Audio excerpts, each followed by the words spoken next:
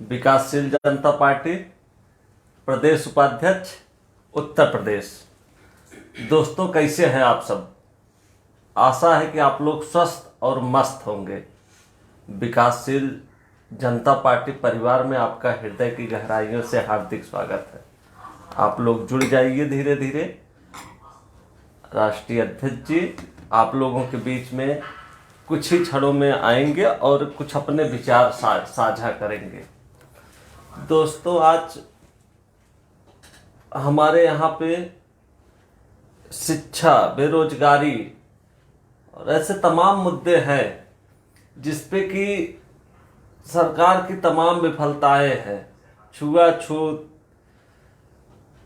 और अशिक्षा, गुंडई, जो भी सरकार में रहते हैं वो गुंडई दिखाते हैं अपना। तो ये सब जो है कि नहीं होना चाहिए।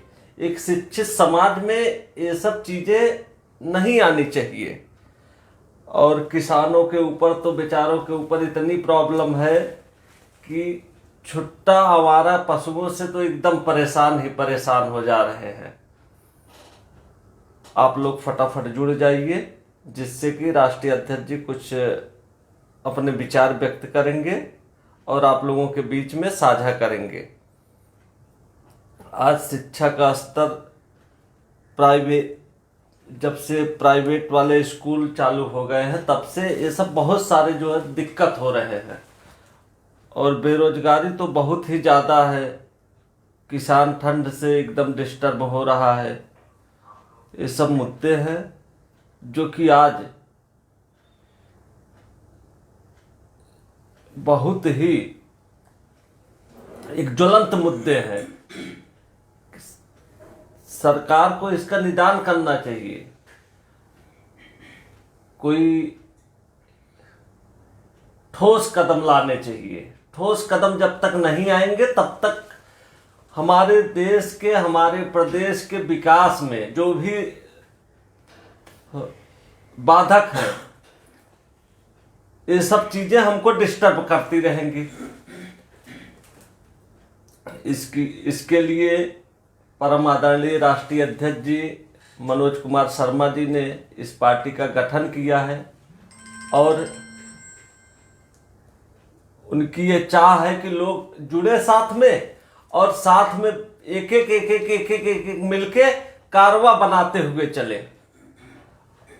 और राष्ट्रीय अध्यक्ष जी की यही इच्छा है कि सब लोग जुड़े, पार्टी का विस्तार हो और इसके बाद जो है कि सब लोग अच्छे से काम करें और एक सहज और सुगम से सबको जो सारी व्यवस्थाएं मिले। और न तो इसके लिए इस पार्टी का गठन हुआ है और पार्टी का यही एक ध्येय है कि सबको शिक्षा अच्छी मिले, सबको अच्छा खान पान मिले और सबको एक छत हो। पार्टी का यही उद्देश्य है कि सब लोग एक होके रहे। जो बटे हुए हैं आप लोगों के बीच में, आप लोग फटाफट जुड़ जाइए जो भी लोग हैं, जिससे कि आपके बीच में राष्ट्रीय अध्यक्ष जी अपने विचार साझा कर पाए। आइए अध्यक्ष जी, आइए।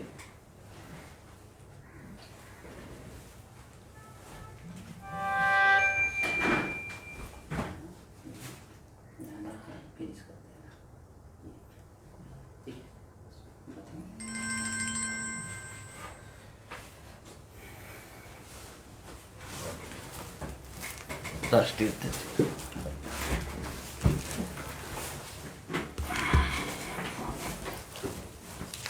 नमस्कार भाइयों, आप सभी का विकासशील जनता पार्टी परिवार में हार्दिक स्वागत। और हमारे विवेक जी हैं, इन्होंने बाकी का आपको बताया। इन्होंने प्रतापगढ़ से हैं, प्रदेश उपाध्यक्ष। तो ये सारे मुद्दे जो बताए आजकल जो हमारे किसानों के लिए बहुत सारी परेशानियां हो रही, इसको विवेक को बोल दो वहाँ बैठे, इधर बैठे। जो बहुत सारी परेशानियां हैं शिक्षा व्यवस्था पे, जो प्राइवेटीकरण बहुत तेज़ी से चल रहा है, जो आम आदमी तो आजकल इंग्लिश मीडियम तक पहुंच ही नहीं पा रहा है।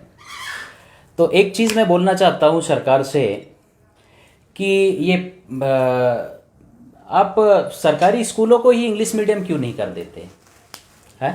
भाई सरकारी स्कूलों को अगर आप इंग्लिश मीडियम कर देते हैं तो ये जो प्राइवेटीकरण बहुत तेज़ी से चल रहा है, इस पे बहुत सारी पाबंदियां हो जाएंगी, और जो मध्यम वर्ग के लोग हैं, जो गरीब वर्ग के लोग हैं, वो भी अपने बच्चों को इंग्लिश मीडियम में पढ़ा पाएंगे। क्योंकि आज का जो शिक्षा, जो आज का ज़माने के हिसाब से, और आज का क्या पहले से ही शिक्षा तो बहुत ज़रूरी है, और शिक्षित परिवार होना और शिक्षित ग्राम सभा, एक शिक्षित देश होना बहुत ज़रूरी है, तभी आगे प्रगति होती है। तो सरकार से ये बोलना चाहेंगे फेसबुक माध्यम से कि जो प्राइवेटीकरण है, आप इसको नहीं रोक पा रहे हैं तो ठीक है, कोई बात नहीं, नहीं रोक पा रहे हैं कोई बात नहीं है, लेकिन जितने भी प्राइमरी स्कूल हैं ऑल ओवर इंडिया, जितने भी प्राइमरी स्कूल हैं, आप उनको इंग्लिश मीडियम की तरफ ज़्यादा ध्यान दीजिए ना, ज़्यादा इंग्लिश मीडियम की तरफ लेके जाइए। और जो टीचर लोग हैं, थोड़ी उनकी छुट्टियां ज़रा जो है वो थोड़ा सा कम की जाए तो ज़्यादा अच्छा है, क्योंकि प्राइवेट स्कूल चालू रहते हैं और हमारे सरकारी स्कूलों में 10-10 दिन की छुट्टी रहती है। तो शिक्षा व्यवस्था, इस पे जो परसेंटेज वाली जो बात है, वो 75-80% जो है सरकारी स्कूलों में ही पढ़ने वाले, हमने भी सरकारी स्कूल में ही पढ़ाई किया है, हमने भी प्राइमरी स्कूल से ही पढ़ाई किया है। तो ये सारी चीज़ें बहुत ज़रूरी है। आज फेसबुक के माध्यम से बड़े सौभाग्य की बात है, आपके सभी के बीच में आने का मौका मिला। और अभी हम नई मुंबई कार्यालय से लाइव हैं, जो नई मुंबई कार्यालय वाशी एरिया में हमारा एक आप सभी का एक पार्टी ऑफिस है, एक पार्टी कार्यालय है। यहाँ पे पार्टी के हेड कार्यालय जो है लालगंज में है, लालगंज रायबरेली उत्तर प्रदेश में, जहाँ से पार्टी का गठन किया गया है। और वहाँ के लोगों ने बहुत ही मेहनत की और बहुत ही सहयोग दिया, तब जाके इस पार्टी का गठन हो पाया है। और भाइयों, पार्टी मतलब आप लोग हैं, ये पार्टी है।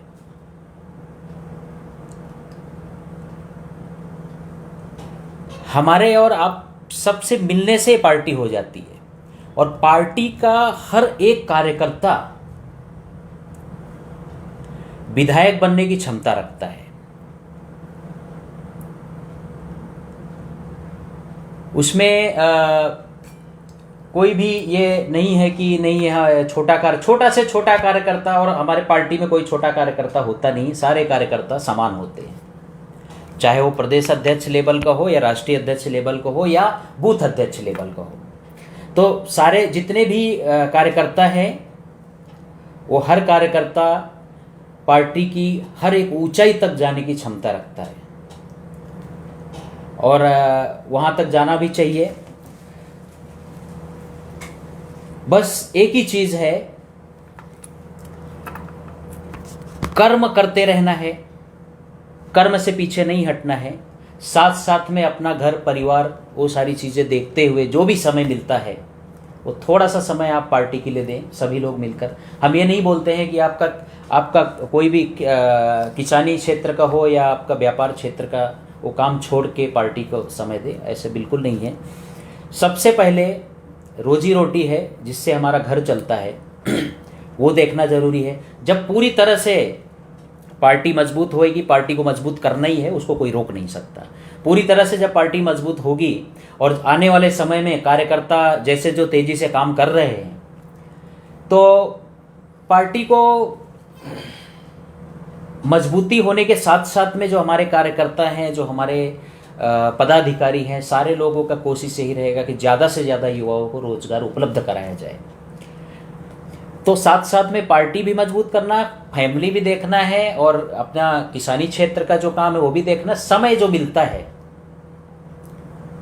तो थोड़ा सा समय अगर देश की सेवा के लिए लगा दे तो मुझे लगता है कि बहुत अच्छी बात होगी। और हम सभी लोग देश सेवा के लिए ही उतरे हैं राजनीति में। वो जमाना चला गया कि कोई झोल झपाटे काम करके बहुत सारा बना लेगा या धांधली कर लेगा, ये कर लेगा, वो सब चीज़ें ऐसी बिल्कुल नहीं है। अभी सारी चीज़ें ट्रांसपेरेंस हो चुकी हैं, तो ये सारी चीज़ें जो है बहुत ज़रूरी है। और थोड़ा समय आप सभी लोग का सहयोग मिलता रहेगा तो पार्टी को ऊंचाइयों तक जाने में कोई रोक नहीं सकता। और पार्टी बहुत जल्दी में तैयारी की गई, बहुत जल्दी में पार्टी बन भी गई। हमें तो इतना विश्वास भी नहीं था, हमारे कार्यकर्ताओं ने इतनी तेज़ी से काम किया कि जो लेवल में हम लोग 5-5 साल में पहुंचते हैं, उस लेवल में हम 1.5 साल में ही आ गए। और हमारे कार्यकर्ता जो है वो बहुत हिम्मत वाले हैं और बहुत समझदार भी हैं। ऐसा भी नहीं है कि कोई किसी का कुछ गलत करते हैं, एकदम समझदारी से काम करते हैं। कुछ भी रहता है तो अपने पदाधिकारियों से संपर्क करते हैं, एक दूसरे से संपर्क करके समाज सेवा में समय देते हैं। और समाज सेवा के साथ साथ में लोग जितनी भी ज़्यादा हो सकता है लोगों की मदद भी करते रहते हैं और साथ साथ में अपना घर परिवार भी देखते हैं। तो उत्तर प्रदेश में आज जो युवाओं को रोजगार की जो समस्या है, तो वो सारी चीज़ें देखते हुए ही हम युवाओं को बोलते भाई सबसे पहला है कि यहाँ रोजगार को भी देखा जाए और हम उस लेवल बन जाएं, उस मजबूती के साथ आते रहें ताकि हम खुद रोजगार बनाने की ताकत रखें। तो ये सारी चीज़ें हैं। दूसरी बात है कि अपने यहाँ जो एक बड़ी परेशानी है, गौ माता की जो भी गौशाला है, इतनी परेशानी है कि देख के मतलब ये परिस्थिति मुझे लगता है इसके पहले कभी देखा नहीं किसी ने। हमारे जितने भी गौशाला के लोग हैं सबसे हम निवेदन करना चाहेंगे कि आप जरा अच्छे से देखभाल करें। अगर आपके पास कोई भी पूर्ति नहीं होती तो आप सरकार को आवाज़ दें, आप लेटर लिखें, तैयारी करें, पत्र भेजें उनको कि भाई ये सुविधा हमारे यहाँ नहीं है। लेकिन गौ माता की सेवा के लिए जो भी धन आता है, जो भी अमाउंट आता है, उसको खुद के यूज के लिए मत लगाओ, नहीं तो ये अच्छा नहीं होगा। तो ये सारा चीज़ें हैं। आज कहीं ट्रैक्टर से खींचते हुए ले जा रहे हैं, कहीं कैसे ले जा रहे हैं, ये ऐसी दुर्दशा नहीं थी। सारी चीज़ें अच्छी नहीं हैं, ये नहीं होना चाहिए। हमारे शरेनी विधानसभा वासियों से हम बोलना चाहेंगे कि इस जो बीता हुआ इलेक्शन 2022 का, उसमें आप लोगों ने बहुत सहयोग दिया। जो हमने बोला था हमारे विधानसभा वासियों से को, और उन लोगों ने वो चीज़ें करके दिखा दी, वो बहुत बड़ी बात है। हमने तो हमारे विधानसभा वासियों सबसे बोला था कि भैया, चाचा, दादी, दादा, जहाँ जो मिले उनको बोला हम नए हैं, हम सीख रहे हैं, ठीक है, लेकिन जो लोग मौजूदा हैं, जिन्होंने जो आपकी जो परेशानियां दिख रही, वो आप उसका असर जरूर देना। और उन्होंने हमारे विधानसभा वासियों ने दिखाया। और हमने कभी किसी से, हमारे जितने भी विधानसभा के वोटर हैं, हमने उनसे नहीं बोला कि आप मुझे ही वोट दो, लेकिन तो भी लोगों ने सहयोग किया। और मुझे उम्मीद है कि आने वाले समय में विधानसभा, जो रायबरेली के विधानसभा है, उसमें ज़्यादातर विकासशील जनता पार्टी के ही विधायक रहेंगे, ताकि जो हमारे जिला की जो दशा और दिशा जो काफ़ी बिगड़ी हुई है ना, उसको सुधारा जा सके। और धीरे धीरे धीरे धीरे स्टार्टिंग करते करते उत्तर प्रदेश की तरफ बढ़ा, पूरे उत्तर प्रदेश को सीधा धीरे धीरे सही किया जाएगा। जो बहुत सारी परेशानियां हैं जो युवाओं के लिए है, जो आज किसान, आज भी आप भरी इतनी ठंडी है, दिन में तो आदमी काम करता ही है किसान हमारा, रात में भी सुरक्षा के लिए करता है, नहीं तो जानवर खा जाएंगे। अरे भाई, किसानों की सुविधा अगर नहीं देखेंगे तो हमको खाने को क्या मिलेगा? हमारा अन्नदाता ही अगर परेशान रहेगा तो क्या करेंगे, पैसा तो खा नहीं सकते ना, कोई अनाज ही खाना पड़ेगा। तो हमारे अन्नदाता के लिए जो भी असुविधाएं हैं, और जो लाइट बिल वगैरह, जो इलेक्ट्रिसिटी बिल आ रहा है, किसी को 2 लाख आ रहा है, किसी को 2, अरे बड़े बड़े शहरों में आता, ठीक है यार, वो लोग कमा के भरते, आदमी गांव में कहाँ से भरेगा? ये सारी चीजें जरा थोड़ा हिसाब से करना चाहिए। खाली इलेक्शन के टाइम ही लोगों को याद आता है ये माफ करेंगे वो माफ करेंगे। 5 साल खाली क्या है, बड़े बड़े मंच सजेंगे, बड़ी बड़े फूल लगेंगे, बड़े बड़े माला आएंगे, और साहब आएंगे, हाय हाय करेंगे, बाय बाय करके निकल जाएंगे। पब्लिक क्या भीड़ जुटाने के काम आती है? ये हमारी जनता ही है जिसने आपको कुर्सी में बिठाया है और उतारने की क्षमता रखती है। तो ठीक है, राजनीति करें, अच्छी बात है, हम तो छोटे लोग हैं, ज्यादा बड़ी बातें नहीं कर सकते, लेकिन साथ साथ में जो वादा आप लोगों ने किया था इलेक्शन से पहले, वो सारे चीज़ें उनकी तरफ थोड़ा फोकस अगर कर लेगी सरकार तो बहुत अच्छा होगा। हमें नहीं बोलते कि आप बड़ा मंच मत सजाओ, बड़े फूल माला मत सजाओ, भाई सत्ता में सरकार है तो आप ही सजाएंगे, हम लोग तो नहीं सजा पाएंगे। है, हम तो सादे लोग हैं, छोटे लोग हैं,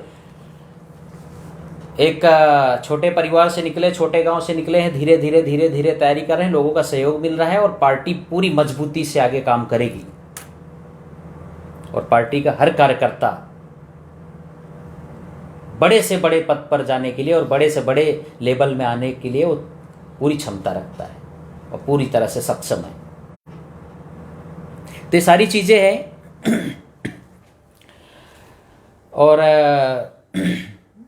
इलेक्ट्रिसिटी बिल की जो बात है, वो प्राइवेटीकरण जो बहुत तेजी से चल रहा है, फोटो खींच लेते हैं, पर्ची निकाल के दे देते, भैया 500 भरो, 1000 भरो। अरे यार ये सब क्या है, हर जिलों में चल रहा है सब सारी चीजें।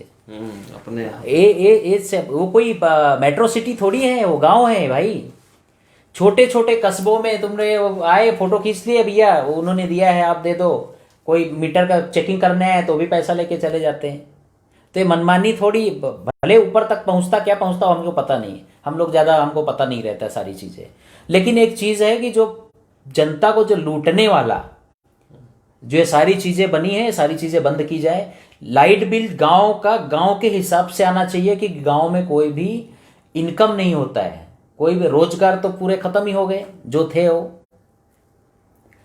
तो इनकम नहीं होता तो कम से कम जो भी चीज़ें हैं उस हिसाब से तो माफ करें, माफ करें। और जो भी नलकूप है, जो जितने भी किसानी संबंधित जो भी यंत्र है, उनके लाइट बिल तो पूरी तरह से माफ कर देना चाहिए। दिन में आप लाइट नहीं दोगे, रात में लाइट दोगे, जब रात भर आदमी किसान जगेगा है, ये सारी चीजें सही नहीं है ना। ठीक है, अभी लाइट की सुविधा आने लगी है, बहुत हद तक सुधर चुकी है, बड़ी अच्छी बात है, इसके लिए हम धन्यवाद भी देना चाहेंगे, चाहे वो सरकार ने किया हो चाहे जिसने भी किया हो। लेकिन अब लाइट बिल आने लगी तो बिल 4 गुना आने लगा, प्राइवेट दे दिया, मीटर सब उल्टा सुल्टा लाइट बिल दे के चले जाते, एक पर्ची फाड़ के चले जाएंगे, हो गया लाइट बिल भरो, नहीं तो काट देंगे। तो मध्यम वर्ग के जो लोग हैं, तो वो कोई जरूरी नहीं कि जनता आप जैसे, आप लोग के जैसे ही सारी चीज कमाते रहे और वो लोग खुशहाल रहे। आप समाज में जो बड़े बड़े नेता, आप समाज में थोड़ा आप जब उतर के देखेंगे तो आपको पता चलेगा कि गांव में, समाज में आज भी लोगों के पास में वही लेवल है जो 10 साल पहले था। बहुत हाईएस्ट नहीं हुए, लोग कमा रहे हैं, खा रहे हैं, बस इतना ही है। तो ये सारी चीजें थोड़ा सा कम होना चाहिए। और काफी दिन बाद लाइव आने का मौका मिला है, तो उसके लिए आप सभी से हम क्षमा भी चाहेंगे। और अब आने वाले समय में 2024 की तैयारी जो है, उत्तर प्रदेश विधानसभा, सरेनी विधानसभा या अन्य राज्यों की, जैसे उत्तर प्रदेश हो गया, महाराष्ट्र हो गया, दिल्ली है और मध्य प्रदेश है, इन राज्यों में पार्टी का धीरे धीरे धीरे धीरे बहुत तेजी से चालू है गठन। तो संगठन जो है बहुत तेजी से काम कर रहा है, तो संगठन पूरी तरह से तैयारी से काम कर रहा है और अच्छे विचार लेके काम कर रहा है। पार्टी क्या है, पार्टी हमारे बोलने से और किसी के बोलने से नहीं काम करेगी। पार्टी जो समाज के लिए सही होगा वही काम किया जाएगा। आज शिक्षा व्यवस्था सबसे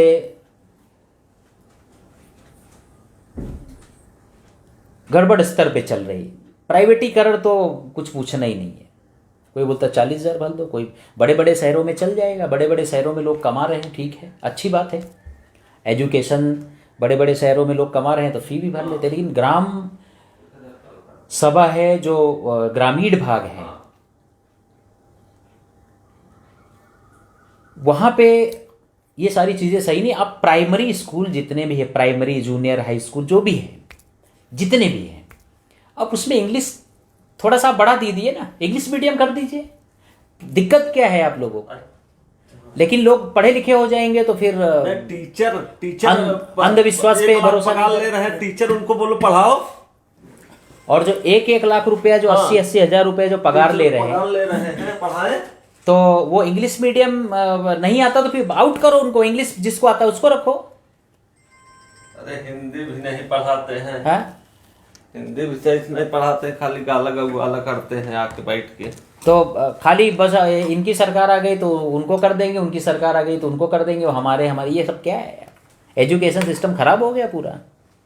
कम से कम अब किसी सरकार ने नहीं किया है कि मोबाइल सरकार ने ले आया। ये जनरेशन है,